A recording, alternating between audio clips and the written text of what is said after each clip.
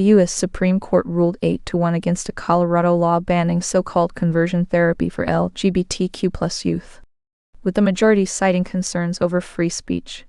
Counselor Kaylee Chiles, supported by the Trump administration, argued that the ban violated her First Amendment rights to free speech and religious freedom. The ruling sends the case back to lower courts to determine if Colorado's law meets a strict legal standard. The decision could have broader implications for similar laws in other states and may embolden conservative lawmakers challenging such protections for LGBTQ youth. Colorado's ban specifically prohibits efforts to change LGBTQ individuals' identities while allowing discussions about gender identity and sexual orientation. Legal experts suggest the ruling is part of a trend where the Supreme Court has favored religious freedom claims over LGBTQ rights, potentially influencing future legislation on this issue. NASA's Artemis Roman II mission marks a historic return to crewed lunar exploration after nearly 5 decades. Set to launch as early as April 1, 2026 from Cape Canaveral, Florida. This mission will see 4 astronauts orbiting the Moon in what could set new distance records for human space travel.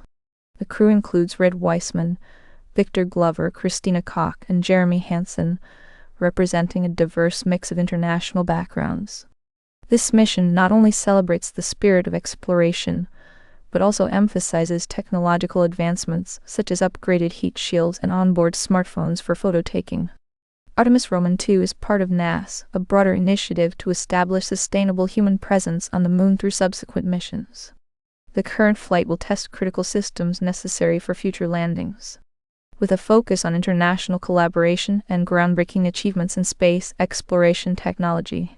The mission aims to orbit the Moon without landing, pushing boundaries further than any crewed flight has before, setting a new standard for lunar missions in the modern era. The United Nations Security Council is holding an emergency session today following the deaths of 3 peacekeepers from Indonesia's contribution to the UNIFIL mission in southern Lebanon. All victims were part of a larger force aimed at maintaining stability along Israel and Lebanon's border. This tragic event marks the 97th fatality due to malicious acts since the United Nations Interim Force in Lebanon was established in 1978. This underscores significant security challenges faced by UN peacekeepers operating in volatile regions.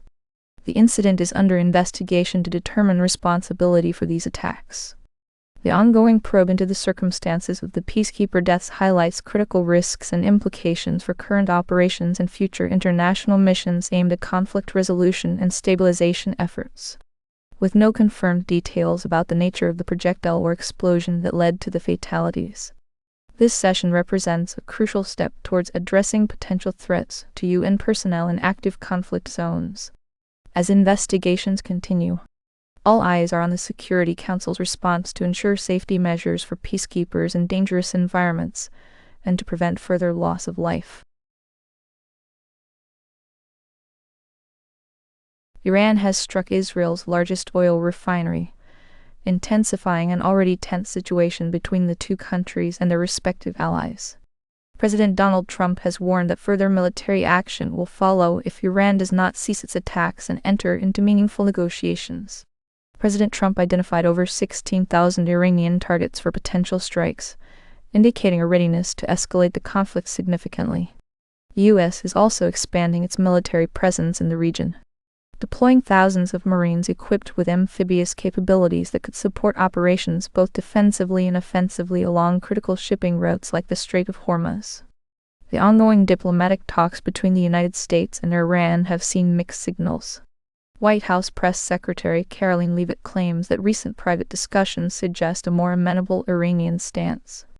Meanwhile, public statements from Tehran continue to reject U.S. demands outright. Amid this backdrop, Israel has been countering with its own military actions against what it deems as Iranian targets within Lebanon and Syria, aiming to disrupt Iran's support for proxy groups in the region. The attacks have led to significant regional instability, including power outages in parts of Tehran following Israeli strikes on energy infrastructure. This escalation raises concerns about further retaliatory measures from both sides and the potential for wider conflict involving multiple actors in the Middle East. An Israeli airstrike in southern Lebanon over the weekend killed 3 journalists and multiple paramedics.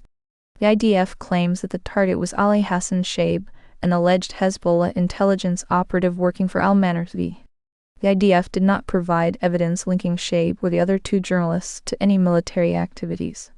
Journalists Mohammad Aftawni and his sister Fatima were also killed in the strike. Sarah Quida of the Committee to Protect Journalists warns that labeling journalists as terrorists without proof is a concerning trend, citing similar incidents in Gaza since 2023 where journalists have been targeted and then smeared by authorities. In Lebanon alone, 5 journalists have died and at least 4 media outlets' buildings have been destroyed by Israeli strikes.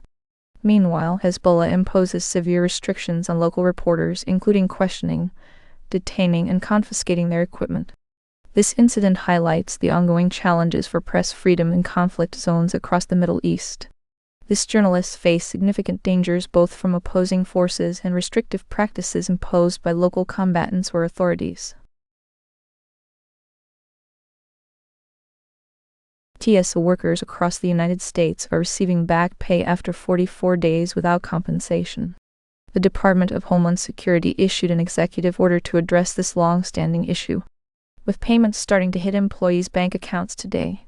Despite the relief from this immediate financial strain, many TSA officers continue to face ongoing challenges. Financial hardships and staffing shortages at airports remain significant concerns as workers struggle to return to full operational capacity. Union leaders emphasize that the long-term impact on morale and trust in government agencies is substantial. TSA officer Angela Grana, regional vice president for her state's branch of the American Federation of Government Employees Union, highlights the emotional and financial toll of working without pay. She highlights missed family milestones and the reliance on community donations to help cover basic expenses during the shutdown period. There are also concerns about potential future disruptions due to recurring funding disputes expected at the end of May and September.